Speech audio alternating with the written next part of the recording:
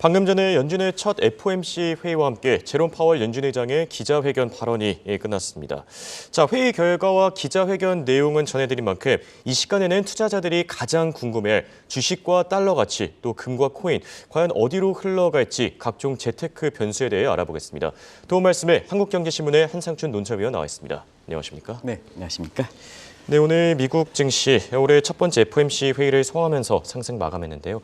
사실 이 페드 회의를 잘 이해하기 위해서는 지난 한 해 동안 이 연준의 통화 정책이 어땠는지 이걸 좀 정리해야 할 시간이 필요하지 않나라는 생각이 듭니다. 네, 사실 그 시청자 여러분 아시겠습니다만 작년 3월 이후부터 숨가쁘게 올라왔죠. 예, 맞습니다. 오늘까지 8차례 올린 것 같아요. 그래서 상당 기준으로 0.25에서 4.75%로 1년도 안 된 사이에 450bp, 4.5%포인트는 하는 것은 1980년대 초보다도 더 빠르다 하는 것을 그만큼 숨가빴다 이렇게 보겠습니다. 예. 근데 이제 작년 그 11월 이후서부터는 다소 좀 변했죠. 피봇에 대한 얘기. 예, 물론 이제 피봇이 긴축에서 완화냐 이런 정의들이 있을 수가 있겠고 금리 인상폭이 뭐 0.75에서 0.5로 떨어지는 것도 인상폭도 조정되는 것도 피봇을 이렇게 넣을 수가 있는데요. 예. 지금 우리 정영구 PD께서 오늘까지 포함해서 그래프를 그려주셨어요. 상당히 4.75% 이렇게 올랐고 한국이 3.5%니까 한미 간의 금리 차가 125bp, 1.25%포인트까지 이렇게 오늘 새벽에서 그림을 그려주셨는데요. 사실상 오늘 이렇게 보면은 작년 11월까지 0.75%를 올리다가 작년 12월에 0.5%로 둔화됐죠. 그다음에 이번에 0.25%로 둔화돼서 우리가 지금 금리 변동폭을 0.25%포인트로 가져가서 인상 인하나 보냐면 금리 인상폭으로 보면 정상화기를 걷고 있다 이렇게 보시면 되겠습니다. 그래서 금리 인상폭 기준으로 이렇게 본다면 그동안 비상 국면에서 정상 국면으로 됐다. 이게 이제 의미가 있지 않냐 생각합니다.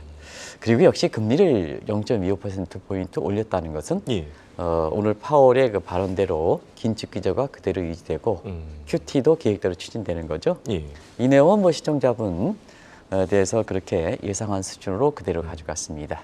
근데 오늘 파월의 기자회견 내용을 시청자분이 한번 생생한 이렇게 장면을 보면 작년 잭슨 홀 미팅 이후에는 사실 FOMC에서는 피봇에 대한 얘기를 하면서도 기자회견에서 이게 번복되는, 강하게 번복되는 양상이거든요.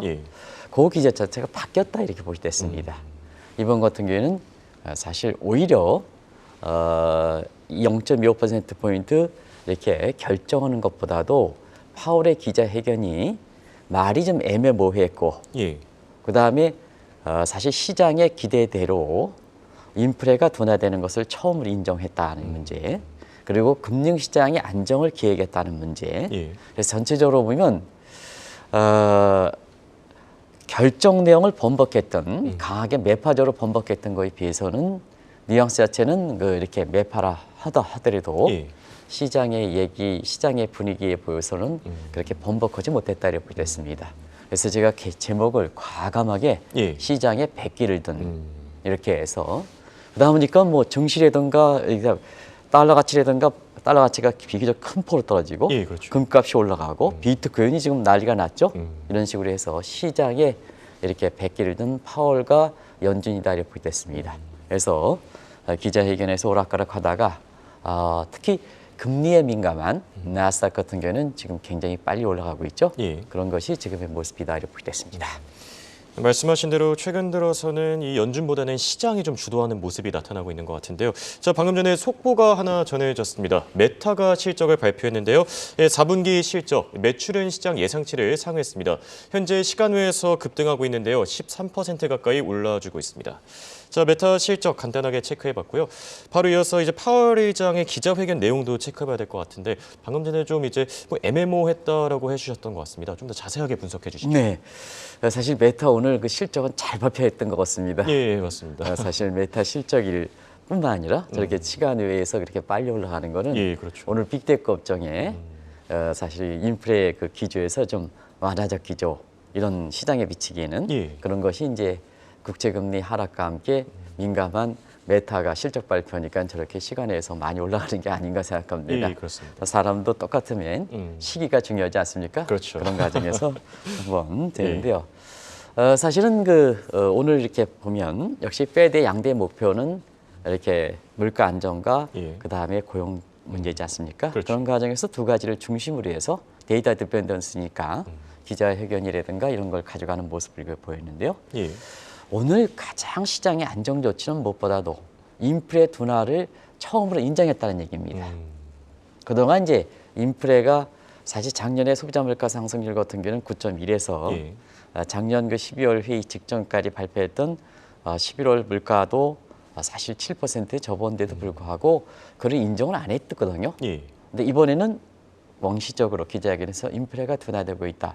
이 문제가 투자 심리를 끌어올리는 데 도움된 게 아닌가 생각합니다. 예.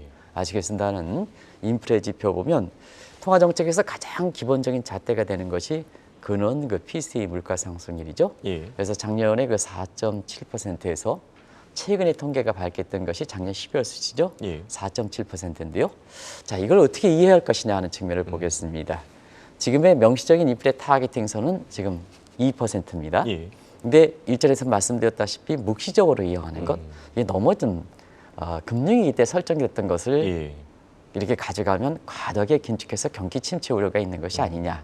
그래서 지금 상태에서 명시적 밝히기는 어렵지만 묵시적으로 보는 게 3%라 이렇게 본다면 저기 PCE 물가가 4.4%거든요. 예. 이게 지금은 사실 1월 달에 12월 달에 그 PCE 물가를 구성하는 항목으로 보면 2월 달에 2월 말에 발표되는 1월 달 수치 같은 경우에는 대체로 4% 내외로 떨어진 것 같습니다. 예. 그렇게 본다면 파월 입장에서도 묵시적인 인플레 타겟팅선이 3%인데 4% 내외로 본다면 결국 인정할 수밖에 없는 상황이거든요. 그렇죠. 이것이 이제 오락가락하다가 투자 심리를 개선시키는 요인이다 이렇게 보겠습니다. 그리고 고용 지표에 관련해서는 오늘 이제 그렇게 얘기했죠. 고용 지표가 아주 견실하다. 그렇죠. 견실하다. 그러면 무게심을 어떻게 들 것이냐. 물가 안정이냐 고용이냐 이거 두 문제이거든요. 그래서 고용은 여전히 견실하다 하는 말씀을 하셨죠. 예. 그런 상태에서 그 문제는 지금 그 실업률이 작년 12월 달에 실업률이 3.5%인데요. 1월 달 수치가 이제 내일 모레 발표합니다는 지금 예. 상태에서는 주간 실업 정권 건설 이런 거 볼 때 고용 시장이 약간 좀 죽었어요. 예. 그런 상태에서는 실업률이 3.6 내지는 3.7 정도로 해서 다소 좀 12월에 비해서는 좀 고용 시장이 어렵지 않겠느냐 하는 쪽에 이제 예상을 할 수가 있습니다는 1점부터 말씀드렸습니다는 지금의 실업률의 3.5에서 3.7%는 지금 파월의 입장대로 고용 시장이 여전히 견질하다 할 만큼 탄탄한 건전 고용 수준이다 이렇게 보겠습니다. 그대로 이제 흘러나오는 거죠. 자, 그러면 시청자 여러분, 자 파월의 발언은 어떤 쪽으로 할 것이냐? 예. 페드의 둘 맨데이터는 2012년서부터 물가 안정의 고용 창출이다. 고용 창출은 지금 안정 고용 수준이다. 예. 근데 물가는 잡히고는 있지만 지금 말한 대로 아직도 인플레 타겟팅 선에 비해서 높은 수준 아니겠습니까? 그것이 명시적인 2%, 그다음에 묵시적인 3%만 높은 수준이기 때문에 자연스럽게 오늘도 인플레를 잡겠다는 매파 기조로 이렇게 갔다 이렇게 보시면 되겠습니다. 네. 그런데 파월 의장 지금 발언을 한번 보면은 예전에 비해서는 확실히 자신감이 떨어진 것 같은데 왜 그렇습니까? 자, 물가는 잡히는데 예. 그렇다면 지금 요구 한번 보겠습니다. 주변 요구. 바이든 대통령 정부에서도 내년에 대선을 치를 때는 국민들의 경기 문제를 생각한다면 금리를 좀 내려줬으면 하는 분위기죠. 예, 그렇죠. 그리고 연방부채 한도를 꽉 찬 점을 감안해 볼 때는 우리가 일전에 지적했습니다는 페드의 일정한 이렇게 경기 문제에 대해서 좀 역할을 해야죠. 예. 그리고 나중에 말씀드리겠습니다는 지금 의회에서는요, 페드와 파월을 아주 공격하거든요. 집권당 입장에서 금리를 내려달라. 예. 조금 이따 말씀드리겠습니다. 예. 그런 상태죠. 그리고 페드 내에서도 지금 매파 기조가 이렇게 남아있긴 하지만 매파 기조가 이렇게 물러나고 이렇게 비둘기파가 많이 들어왔죠. 이렇게 모든 면에서 압력을 주는 거 아니겠습니까? 예. 그러다 보니까 파월 자체도 흔들릴 수밖에 없는 이런 구조죠. 그런 상태에서 사실 지금 상태에서 그런 기조를 받아들일 수 있느냐 한번 보겠습니다. 예. 받아들이면 인플레가 완전히 잡히지 않은 상태에서 받아들이면 인플레가 재폭발된다 하는 것을 그래서 어렵지만 1980년대 초반에 몰코 사례를 든 겁니다. 몰코 실수사들. 예. 그것도 그때 분위기를 보겠습니다. 예. 자, 오늘 얘기 나왔던 인플레 재발 얘기와 관련해서 나왔던 볼코의 실수 문제를 한번 보겠습니다. 볼코 문제는 아시겠습니다는 1979년 8월 달에 제2차 얼쇼크가 발생했을 때 예. 얼쇼크에서 물가가 올라가고 경기가 침체됐을 때 선택의 문제가 있었거든요. 그때 당시에 총 지출 정책으로 하는 케인전 정책까지 이거 풀어낼 수 없으니까 자, 이거 어떤 정책을 풀 것이냐 하는 측면에서는 볼커가 일단 페드의 설립 목적으로 물가 안정 쪽에 갔거든요. 예. 작년 3월 달도 동일하게 한번 보시면 되겠습니다. 물가 안정 쪽으로 갔거든요. 예. 그래서 강하게 이제 금리를 17%까지 올렸습니다. 물가 잡혔습니다. 지금처럼 물가 예. 잡혔습니다. 근데 물가가 완전히 잡히진 않았거든요. 근데 그때 80년 11월 달에 사실 대선을 치렀거든요. 대선을. 예. 그때 공화당 정부잖아요. 예? 공화당 정부. 예. 볼커가 공화당 입막이거든요. 그런 관점에서 보면 대선을 생각해서 물가가 잡히니까 물가가 완전히 잡히지 않은 상태에서 금리를 9% 내렸죠. 지금 예. 똑같죠, 상황이. 그렇죠. 9% 내렸죠. 근데 물가가 잡히지 않은 상태 9% 내리니까 다시 물가가 폭등했단 말이에요. 그러다 보니까 자, 볼커의 실수다에서 이것은 만에 여기어서 다시 그 위에 기준금리를 20%까지 올렸습니다. 20%. 20%까지 올렸습니다. 그거를 의식하는 거죠. 자, 물가는 잡히고 있다. 인정을 했다. 예. 인정을 했다. 근데 작년 2021년 5월서부터 인플레의 일시적이다 판단을 실수한 상태에서 지금 물가는 어렵게 잡히다 하더라도 사실 이것이 내년에 대선을 갖고 있지 않습니까? 예. 의회에서는 계속해서 금리 인하를 하지 않습니까? 그런 상태에서 금리를 내리버리면 물가가 완전히 잡히지 않은 상태에서 자, 다시 물가가 올라가 그러면 아주 파월은 죽은 밭이 되는 거죠. 그죠? 예. 이미 인플레 진단에서 실수가 됐기 때문에 그렇죠. 아주 페드라든가 이런 상태에서 오늘 굉장히 자신감이 잃었다 이렇게 됐습니다. 그래서 예. 오늘 그 월가액을 이렇게 평가를 보면 작년 잭슨홀 미팅 이후에는 페드의 내용에 비해서 강하게 매파로 기자회견에서 했는데 정반대 위치가 됐다 이렇게 됐습니다. 그래서 시장에 백기를 들었다 하는 이런 평가가 나온다 이렇게 보시면 되겠습니다. 네, 이번 회의에서 또 주목을 받았어야 됐던 게 사실은 뭐 이 최고금리 수위가 아닌가 싶습니다. 시장의 관심은 이쪽에 큰 무게 중심을 두고 있지 않습니까? 네, 오늘 발언 통해서 예. 인플레가 둔화되고 있다. 인정. 예. 두 번째는 금융시장에 큰 변화를 원하지 않는다. 인정. 예. 그러면 당연스럽게 페드의 통화정책 관련해서 가장 중요한 잣대가 되는 최고금리. 최고금리. 작년 3월 이후에 성명서의 내용을 보면 예. 최고금리 상향의 조정 필요성에 대해서는 적절하다는 반응의 성명서를 계속했죠. 예. 이것이 증시라든가 달러 가치라든가 코인 가격에 부담이 됐던 상황 아니겠습니까? 그런 상태에서 이번에는 최고금리를 결정하는 FOMC 보드 멤버뿐만 아니라 다른 사람들의 의향지수가 나타나는 전도표는 나타나지 않았습니다. 이번이 1월 달이니까 예. 3월 달에 나타나죠. 그런 상태에서 자연스럽게 전도표는 나타나지 않다 하더라도 파월의 발언을 통해서 최고금리의 내용에 성명서를 작년 3월 이후에 최고금리 상향 조정에서 성명서는 지우지 않았지만 시장에 왜 패배를 했느냐, 시장에 읽혀지는 게 중요하죠. 예, 그렇죠. 그런 과정에서 보면 자, 사실 블러드 총재 같은 사람들의 매파가 교체됐다는 측면. 그리고 브레이너 이더도 NEC 위원장을 가는데 이 NEC 형은 스텝진으로서 사실 미국의 라인 계층에 해당되는 제닛 앨런의 재무장관과 예. 페드의 사실 그 통화정책의 총괄적인 스텝 기능을 하는 거거든요. 이 사람이 사실 비둘기파로 임명되는 거 아니겠습니까? 예. 그런 과정에서 이렇게 보면 파월의 발언과 또 지금의 페드 내 인사들의 비둘기파로 차려지는 점 그리고 그 바이든의 경제정책에서 보면 스텝의 최고 위치에 가는 앤리스가 비둘기파로 가는 점 이런 점을 감안해 볼 때 성명서 내용에서는 작년 3월 이후에 최고금리를 상향 조정하는 것이 바람직하다. 이 내용은 이번에 지어지느냐가 관심이었었는데요. 지어지지 않았지만 그대로 유지했지만 시장에 먹히기에는 사실 성명서에서 그 내용을 지어지는 것과 같은 쪽으로 시장에 인식했다는 얘기입니다. 예. 그러다 보니까 사실 그 파월의 얘기가 오락가락하긴 했습니다는 시장에 백기를 들어서 지금부터 이제 주식이라든가 채권이라든가 예. 비트코인을 한번 같이 보겠습니다.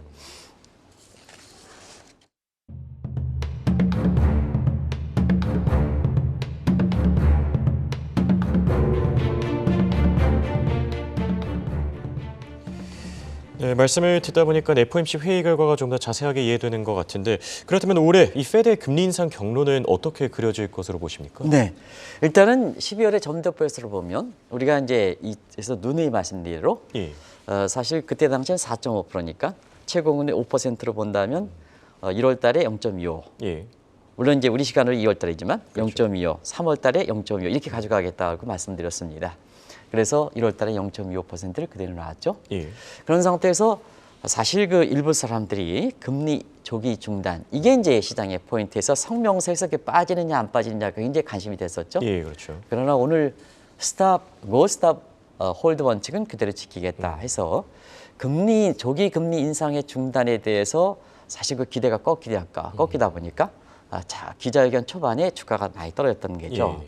근데 요게 뭐냐 계속해서 지킬 수 있느냐 파월의 반응에 지킬 수 있느냐 하는 대목을 지금부터 설명드리겠습니다. 예. 그게 바로 자 오늘 발언 민주당 의원을 상당히 견제하는 발언을 했습니다. 이게 이제 시장에서 어떻게 인식되느냐 하는 것을 볼게요. 예. 그게 바로 오늘 워싱턴 정가를 중심으로 해서 나왔던 민주당의 상원 의원은 히켈루퍼 파먼입니다. 이 히켈루퍼 파먼은 민주당의 상원 의원이었는데요. 예. 이런 분이 파월에 대해서 금리를 인하해라. 그리고 브라운 상무위원장, 은행위원장입니다. 예. 이런 사람들이 국내 언론에 잘 알려지지 않았습니다. 이런 사람들이 뭐냐 여기에 동조하는. 그래서 이전에 트럼프 퀴즈들이 주도해서 금리 인하 논쟁이 어떻게 될 것인가 하는 것은 예. 시청자 여러분한테 전해드렸죠. 예. 저 자막은 그대로 가져왔습니다. 그런데 히켈루커 파먼은 오늘 새롭게 넣었습니다. 이렇게 넣었습니다. 결과적으로 보면 지금 고스탑 홀드의 원칙을 지켜서 조기 금리 중단에 대해서 자 기대는 꺾여서 파월 발언이 처음 나왔을 때는 주가가 떨어졌지만 왜 이렇게 올라가느냐 하는 측면에서는 저 내용으로 볼 때는 결과적으로 올해 잭슨홀 미팅 이후에 9월서부터 페드의 이렇게 정책에서는 금리 인하가 파월의 반응에도 불구하고 본격적으로 거론되지 않겠나 이런 것이 장 후반에 주식뿐만 아니라 모든 시장의 변화를 초래했던 요인이다 이렇게 보시면 되겠습니다.